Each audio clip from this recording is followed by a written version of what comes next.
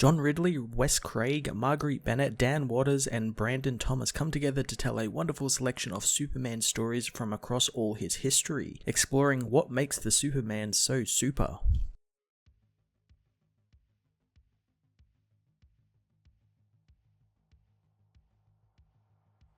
With the combined talents of 5 superstar writers and artists, Superman Red and Blue does an utterly amazing job just celebrating the Man of Steel in all his iterations throughout the years, beginning with one of my favourite new Superman stories I have ever read from John Ridley, which is ingrained in Superman's history with world wars and helping other countries other than America when it was seen as something so foreign and ironically alien for him to do, being he was an American character. I really enjoy the vulnerable Superman Ridley portrays here in his tale of a man who learned what it felt like to be powerless, and how despite what he suffered through, he stayed good and learned an important lesson that helped define who he is. The remaining 4 stories were equally as brilliant and explored many of the facets that make up Superman's character, be it his friendly nature towards all people or his want to do more for people and make them believe in hope and in him and inspire them to be more because of his actions.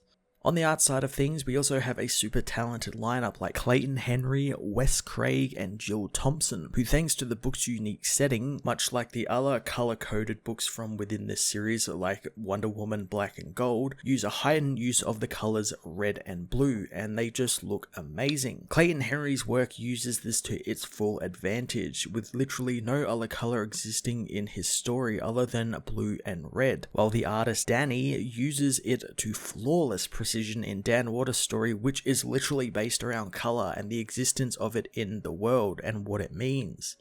Superman Red and Blue issue 1 was a celebration of everything that makes the character my absolute favorite comic character in the world, exploring every aspect of the character in some wonderfully heartfelt and creative stories that are brilliantly showcased in some fantastically created artwork that takes full advantage of the red and blue theme this book has. I'm going to give this issue a 10 out of 10.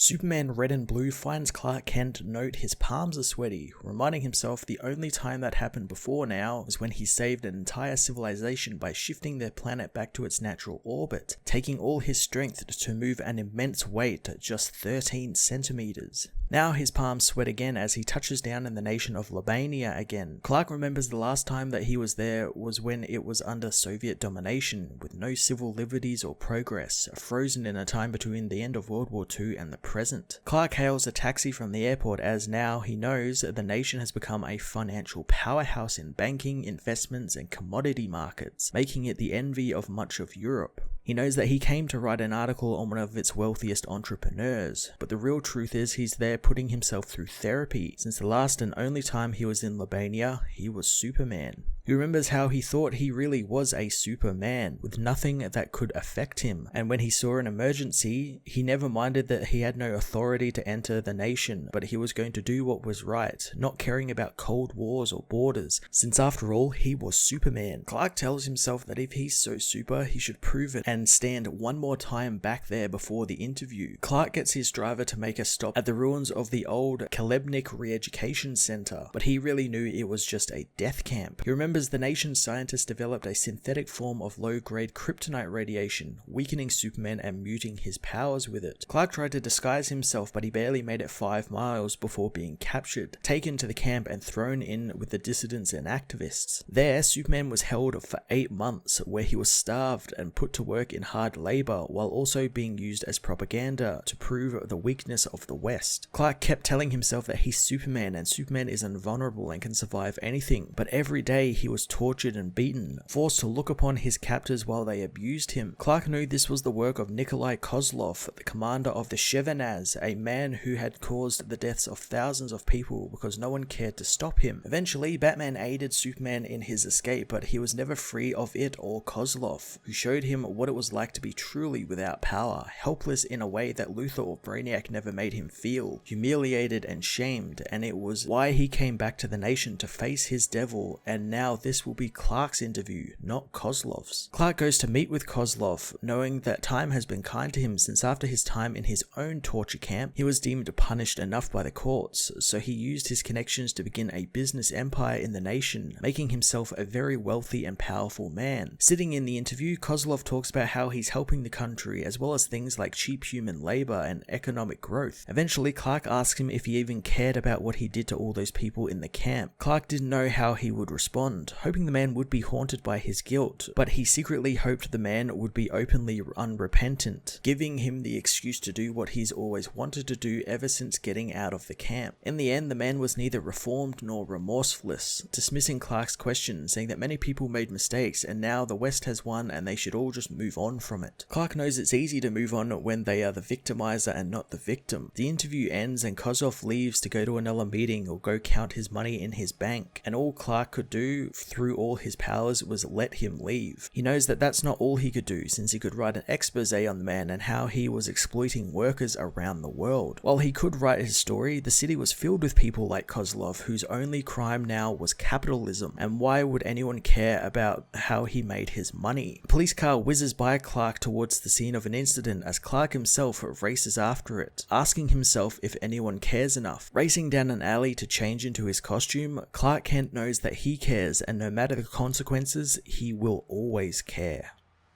At a cemetery, a woman named Jolene Northridge has been cremated and her funeral begins to end. The woman's son is so sorry that she had to die alone as Superman arrives. The man can't believe he's there as Clark apologizes to Melvin for being late, wanting to get there sooner. Superman says that while his words may ring hollow to Melvin, he could have done so much more to help his mother and understands if the man is angry. Melvin isn't though, but he is disappointed, asking if Superman knows how many letters he wrote the hero. Superman knows that it was 63, saying that he gets thousands of letters a month from a PO box in Washington DC, and most of it, while is just fan mail or people wishing for miracles, he did eventually read them all, but by the time he got to young Melvin's, the damage had already been done. Melvin remembers writing the first letter as decades before, public schools closed early due to an impending supervillain attack on Metropolis, telling the children all to get home quick. Melvin did so, but on his journey home, he came upon Superman battling Calabac. As Superman finished up with the villain, he tells the young Melvin to get home safely to his family since they might be worried. Melvin couldn't wait to tell his mother Superman talked to him, remembering how she'd been laid off recently from her job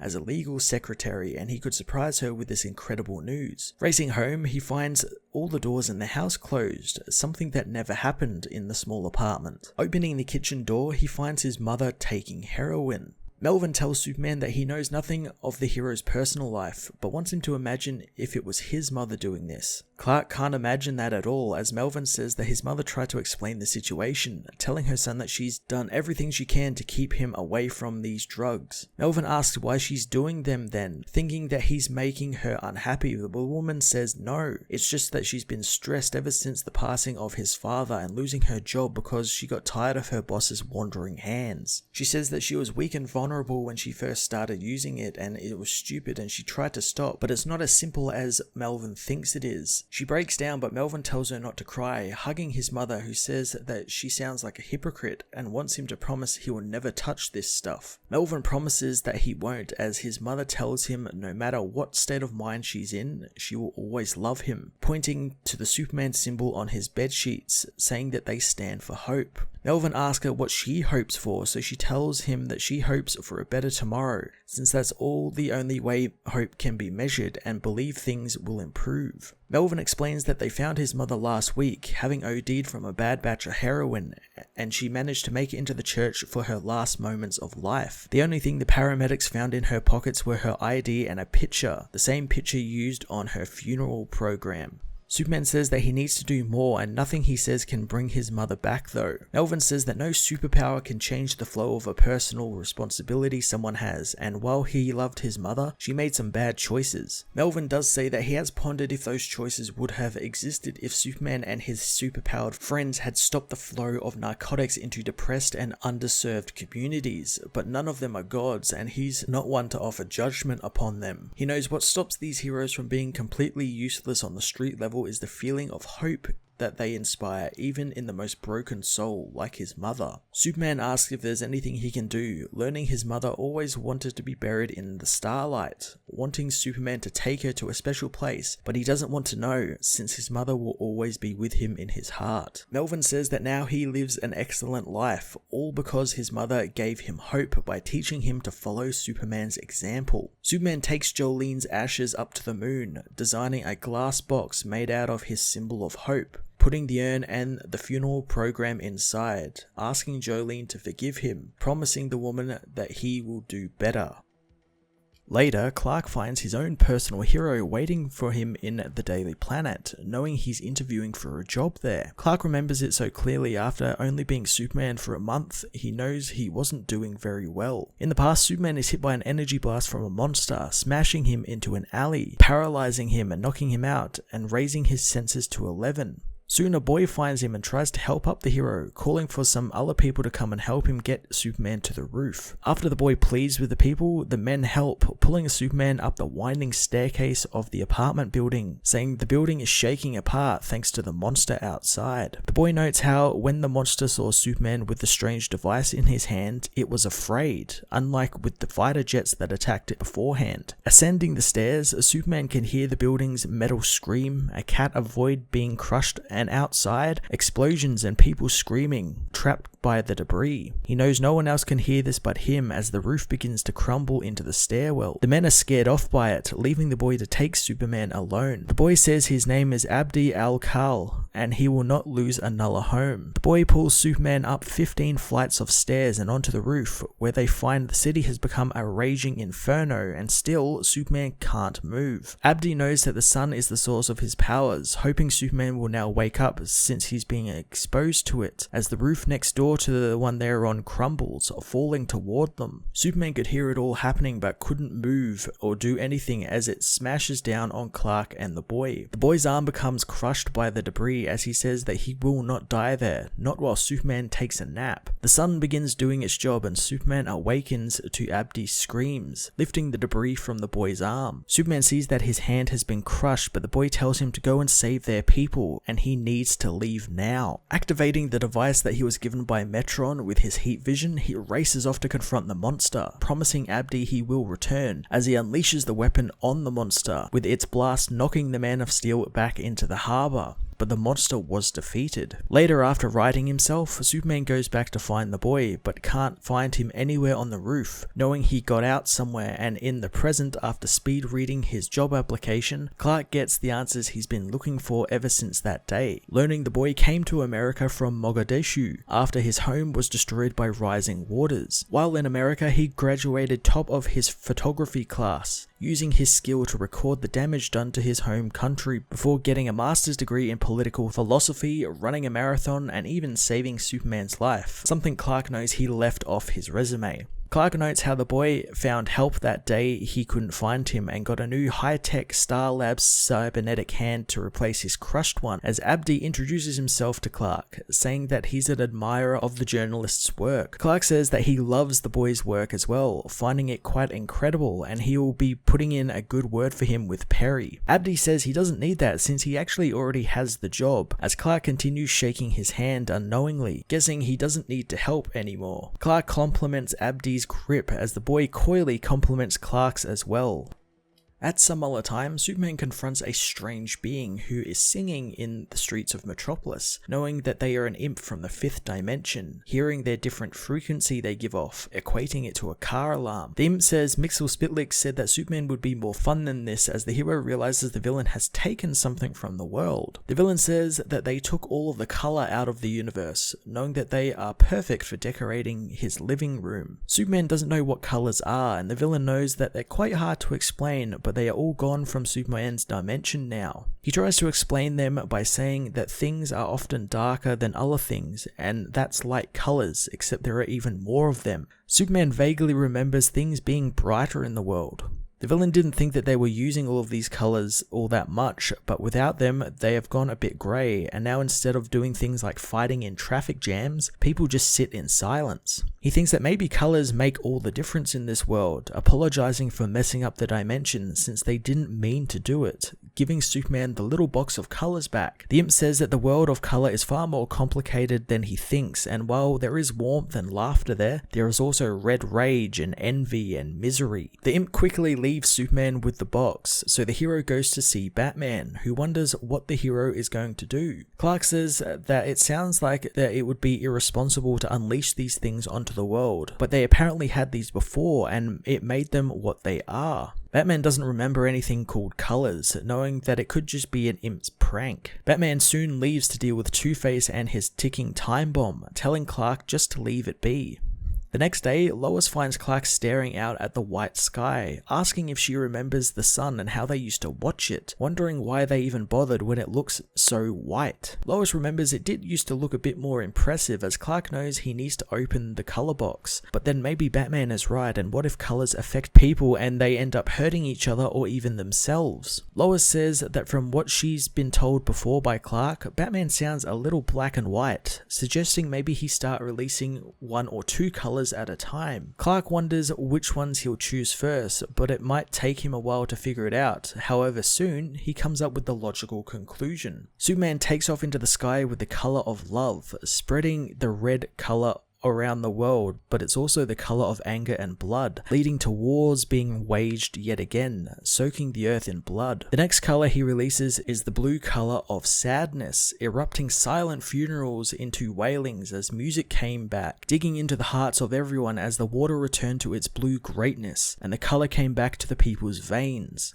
Lois knows that this is the one time Clark would always talk about in the dark between both of them when there was nothing separating them but bed sheets, and it was one of the times he held the world in his hands and had to make a choice. Superman brings back the most human colors, and the others soon followed, and people became human again, and Superman let them be by bringing back the sunrise, and Lois wonders if they could not look up at it and marvel, what would they even be? In the past, a young Clark Kent gets ready for his first day of kindergarten, seen off by his loving parents as Pa Kent reminds him that if he has trouble making friends, he just needs to tell them a joke. He whispers the joke to his son, getting him to laugh as he boards the bus for school. Ma Kent knows that they did the best they can, as Pa says it's now up to Clark. At kindergarten, Clark carefully navigates through the bustling playground, careful not to fly or speed around the place. Soon he makes friends, and the teacher begins liking him as he begins telling his jokes, finishing his first day knowing that he did it. Racing back home, he tells his parents all about it, racing excitedly around the house, as a few days later, Clark watches some kids ignore another girl, knowing that she didn't do anything to them, so why are they being so rude? Wondering if the kids are bad people.